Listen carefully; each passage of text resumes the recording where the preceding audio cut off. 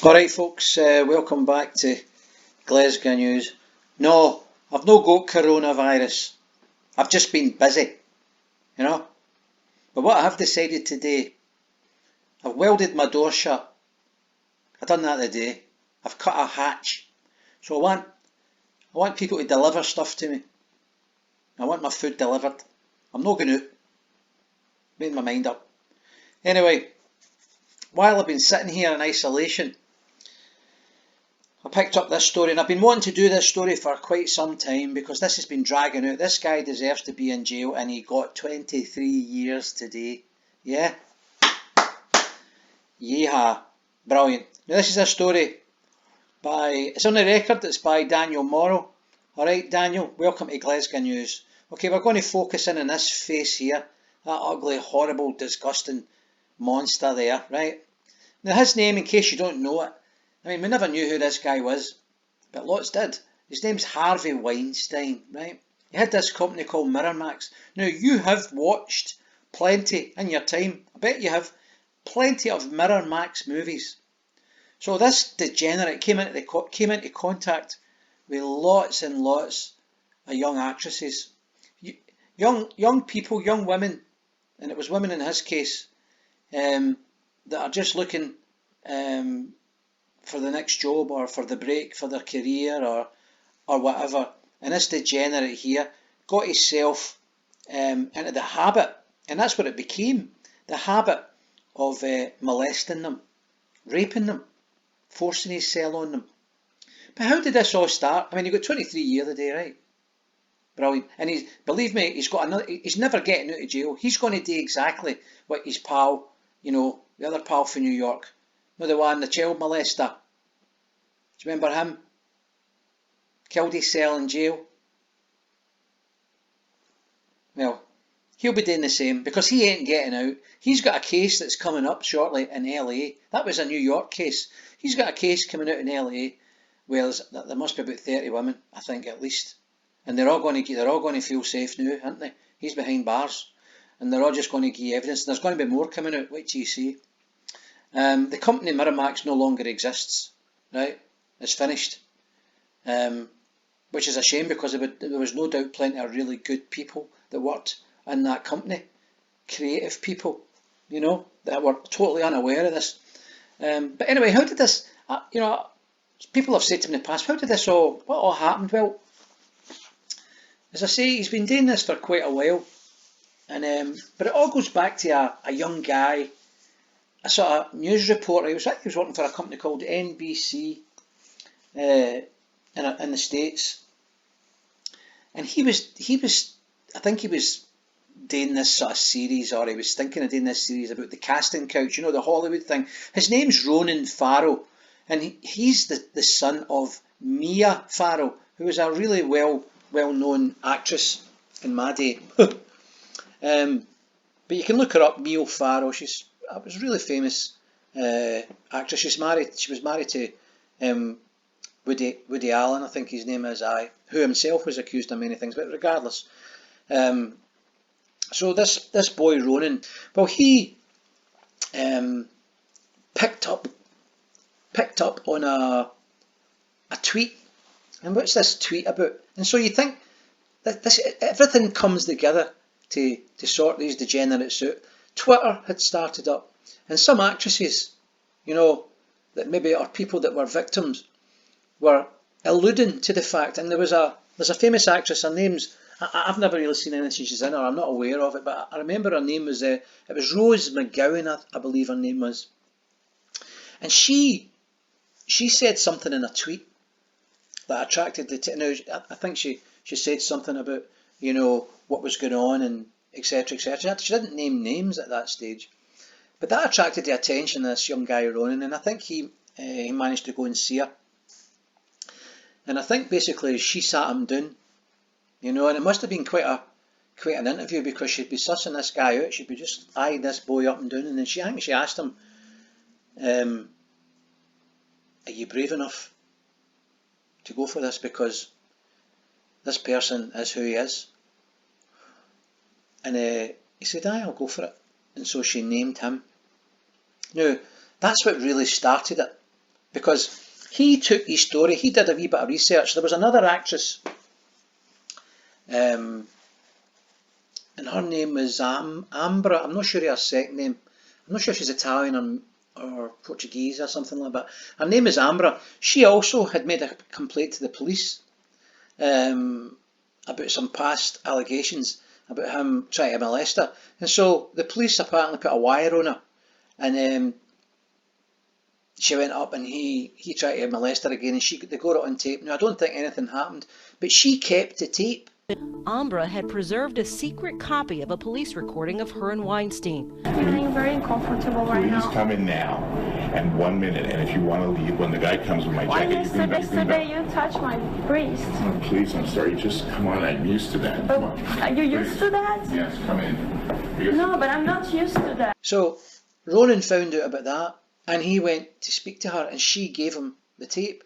So he took that to NBC, massive organisation, and went like that. Here, take a listen to this. And they basically kicked him out the door. No, we don't do that. Who's Harvey Weinstein? Don't know anything about him. Same with that other degenerate. You know, Epstein. Remember his pal? The child molester. Oh, who's that? We don't know who that is. Well, they kind of went like that about Weinstein. Nah, he's not into things like that. You're just a young guy. Beat it. Well, that's what started it. And that's what started the Me Too movement. Because other people started coming out the woodwork. Lots of other famous actresses, Rosanna Arquette, a few others, quite a few others, I don't know their names, but up to 80 women, right, came forward and started making complaints. And they can't deny these people. A lot of these people are high profile people. You know, they're risking a lot, you know.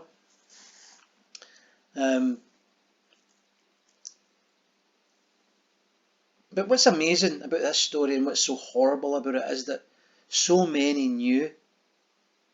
You know? It's like the Jimmy Savile thing. Oh, do you remember that guy, Jimmy Savile? Oh, God, that was terrible, wasn't it? No, you know, it's not an isolated case. Guys like this, Weinstein, Epstein, Cosby, you know, there's a certain amount of snobbery run about Hollywood film people in particular. It's a kind of snobbery. Oh, but they're creative, you know, that's what they do. I'm sorry, it's no. You know, raping young lassies. And strangely enough, you know, it's not a coincidence that the lassies that they target seem to be in their 20s, you know. They're deliberately targeting them because they're so vulnerable, because they're desperate to do well in their job, and they're in an environment where this degenerate here's. I mean, the films he's done have won some amount of Oscars. I mean, wait till I show you this, the amount of people that have stood up on stage and spoke about this guy. Alright, so here's Madonna. Finally, I'd like to thank Harvey Weinstein, the Punisher, that's his nickname. Amazing, isn't it? And somebody that we know, Daniel Day-Lewis is his name, I think, isn't it? Let me hear this guy. Harvey, if I keep thanking you in public, people will think we're having an affair. But nonetheless, if you're choosing sides in the playground before a scrap, I would like to have Harvey Weinstein and Graham King on my side. But see the one that annoys me the most, apart from Meryl Streep, I can't even play her one. She calls him God. My agent, Kevin Uvain, and God, Harvey Weinstein. I didn't want to play that. But the worst one for me is this guy, Richard Gere. Now, this is sickening. There's a kindly, wonderful, gentle man that we all deeply love. His name is Harvey Weinstein. A little rough around the edges, but a heart of gold.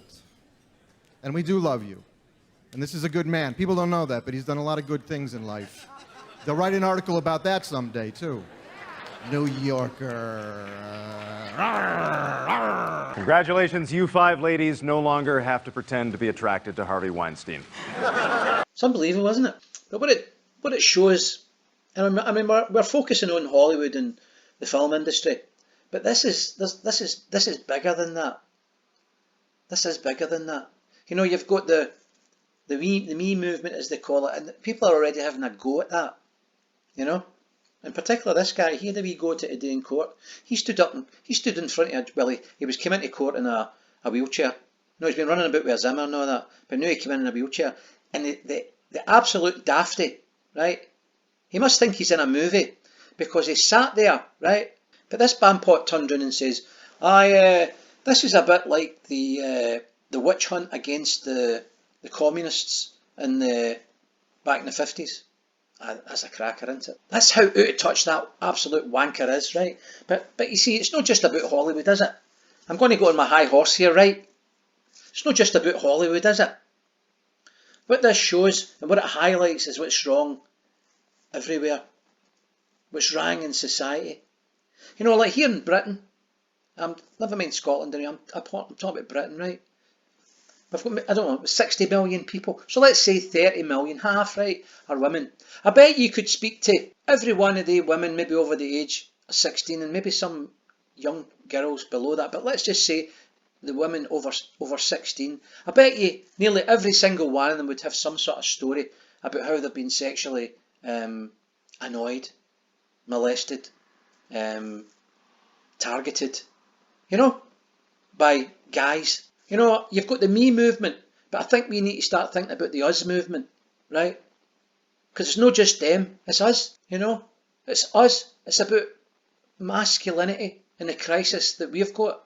We can't move forward until we accept that that's part of society. And it's not just about a me movement, it's about an us movement. It's us. I mean, some old guy trying to stick his tongue down the throat of a 21-year-old. You know, that's what it's about. It's disgusting. I mean, things need to change. I mean, I watched a bit of that, or some news about that Hollywood pish, right? All the bampots are sitting there. And it sickens me when you get guys like Brad Pitt, right? Brad Pitt, I think he's an amazing actor, right? Angelina Jolie, I mean, she's a really clever woman. She's representing all sorts of stuff, the UN and all sorts of stuff. She's a serious person. And we've got Brad Pitt standing up there, right? He didn't say anything about Harvey Weinstein. He didn't say anything about what's happening in Hollywood. The fact that there wasn't any women directors, right? It's not just about women directors, by the way. What about the people on the set? What about women technicians? What about women managers, producers, co-producers? You know, do you think women just get the coats? Is that what it is? So he didn't say anything about that, did he? What did he say? He had to say something about, and you know, that impeachment shit, and that some degenerate, I'm not even going to mention his name, wasn't he called to give evidence? And the person he was referring to, right? You know, he's just a warmonger. He's responsible for the deaths of hundreds of thousands of people. And this guy, Brad Pitt, I can't believe that, man. But anyway, that really disturbed me. But hats off to guys like Ronan Farrow, brave women that came forward, Rose McGowan, and shame on them that knew and did nothing for all these years. Just like the ones with Jimmy Savile, do you remember? Just like the ones with Epstein, just like the ones that are still out there. They must be absolutely bricking it right now. So let's hope we get to hear about some of the rest. So we'll wait and see. Anyway, enough on that. If you like the content, hit the like button, share and subscribe. Peace out.